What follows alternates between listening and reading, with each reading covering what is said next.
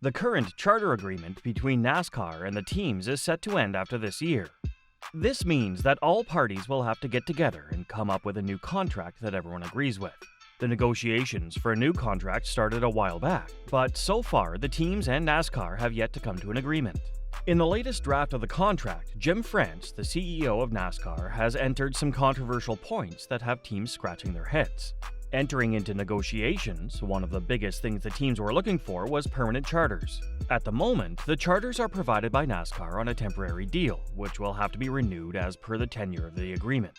Due to this, the teams are not able to attract outside investment and sponsors, as there's always a risk of NASCAR not renewing the charters for the team. Jim France has proposed a 7+7 year contract for the charters. Plus, Jim France has also proposed that he and his family will be allowed to buy charters from next year. The team owners are not at all happy with these conditions.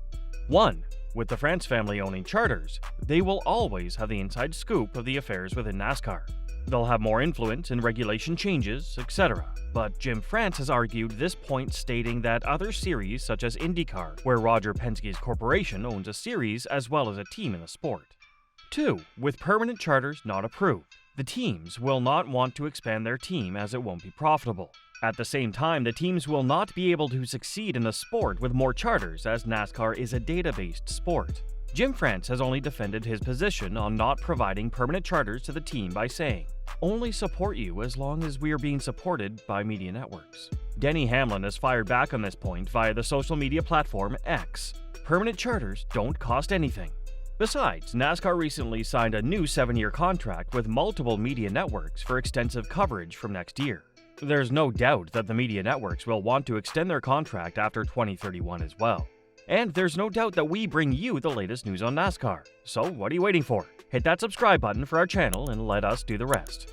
Some of the team owners have been very vocal about the new contract. Here's what Michael Jordan, the co-owner of 2311 Racing, had to say about NASCAR's proposal for the new contract. "If you had permanent charters, then you could create a revenue stream, either with new investors or different types of sponsorships that would subsidize that type of variance between ownership and the league." Jordan said, "That's a big miss right there. If you don't correct that, this sport's going to die. Not because of the competition aspect, but because economically it doesn't make sense for any business people." Jordan's logic is quite simple. Without permanent charters, they cannot get long-term investors and sponsorships. Without money, the sport simply cannot survive. We witnessed this happen with Stewart-Haas Racing this year. The team eventually ran out of options and had no other choice but to sell all 4 of their charters. The other owner of 2311 Racing, Denny Hamlin, also had some words to say about the new contract proposal. 2311 is interested in getting a charter deal done, Hamlin said. Right now, on January 1st, 2025, we don't even have a charter. So you can't buy or sell something that doesn't exist in our eyes. We have 2 charters till the end of this year, and until we get a charter agreement done, that's all we have. I mean, I didn't build that facility to stay a 2-car team, but it always has to make financial sense. I'm not going to put myself in a position to where I'm having to shell out millions and millions of dollars every year just to keep this thing going. I will not do that personally.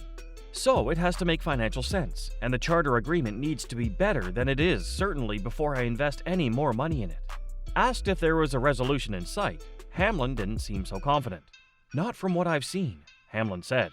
"We got something back last week, but I don't see anything there that was much different than what we saw in December. It will be interesting to see how it all comes together, but I can speak for my group just saying we'd like to get a deal done sooner than later, because certainly it's hard to plan for the future when we don't have a charter agreement, and right now, we don't." Without a contract signed, none of the charters are confirmed for 2025. Ever since SHR announced that they'll be selling all 4 of their charters, 2311 Racing has been speculated to be at the top of the list of potential buyers. However, they cannot purchase a charter without understanding how they can profit from it. With the current contract that has been proposed by NASCAR, teams will find it hard to sustain in the sport. There are some other team owners, such as Brad Keselowski, who are still evaluating the contract and are not sure where they stand yet. Here's what the co-owner of RFK Racing had to say.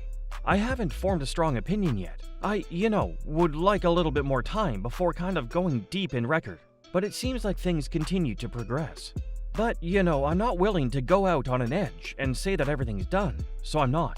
But there's good progress, and I respect that," he told Bob Pockrass at WWTR.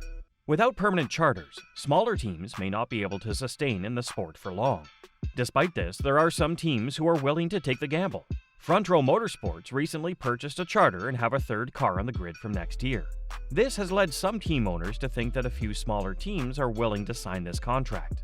One other regulation change that NASCAR is thinking about is the charter limit. Over the last few weeks, the charter limit has come into the spotlight as well. The governing body is looking to limit the teams to only 3 charters. As it stands, only 2 teams, Joe Gibbs Racing and Hendrick Motorsports, have 4 charters running on the grid. These 2 teams will be grandfathered in, allowing them to retain their 4 charters. Naturally, this would bring a disadvantage for the rest of the teams as NASCAR is a data-based sport.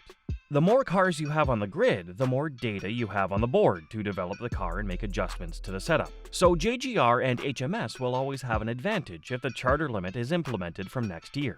Denny Hamlin was strongly against this plan. "I think this is part of a grander plan from Jim France and what he wants. The problem is you've already got 4-car teams," Hamlin said on his Actions Detrimental podcast. "So if you limit to 3 in the future, it will always be an advantage to then have 4.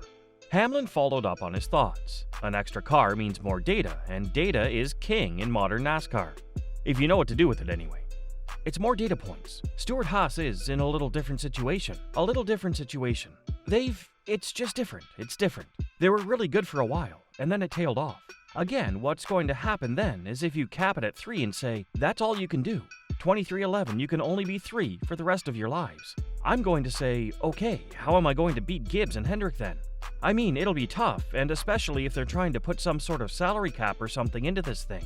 It's always you're going to have more resources. The members are just going to keep going up. The more you have, the more you have. So I don't know if I necessarily agree with that for sure. But because we deem it necessary to compete against them, is we need to have more data points," he explained. "So we pay a fee to Joe Gibbs Racing every year to have access to those meetings and look at their data. We pay a big fee for it." Denny Hamlin was adamant about his point. Hendrick and Gibbs will have an inherent advantage. "The problem with that is the point of entry into the sport will be extremely hard," Hamlin said, "because we, having an alliance with Joe Gibbs Racing, made it easier for us to come in. If I had to build all of the infrastructure which Joe Gibbs Racing has, because I think they manufacture about, this is a very rough number, like 200 parts and pieces, that help put the car together, that we cannot manufacture, because we don't have the equipment to manufacture it. We need them to provide that to us. It's all about the data. More of it means you can draw more conclusions and come to the solution, which is finding more speed. So the more opportunities they have, the more data points, the more drivers have teammates that they can bounce each other information off of and setups off of. They're going to have an advantage. So grandfathering them in, I guess, may be a way to say thank you for all that they've done to build our sport up, I'm just thinking hypothetically. Maybe that's the reason for it. But it certainly makes it more difficult to compete, They will always have an advantage. Doesn't mean we can't go out and beat them on any given week." Denny Hamlin summed it up perfectly. With the proposed regulations, it's going to be almost impossible for the small and mid-sized teams to sustain in the sport. They will not be able to attract any long-term investors or sponsors to help run the team. Plus, with Jim France allowing himself to purchase charters, NASCAR will become a political racing league favoring the favorites. What do you think of the proposed NASCAR charter agreement from Jim France? Post your thoughts in the comments section below.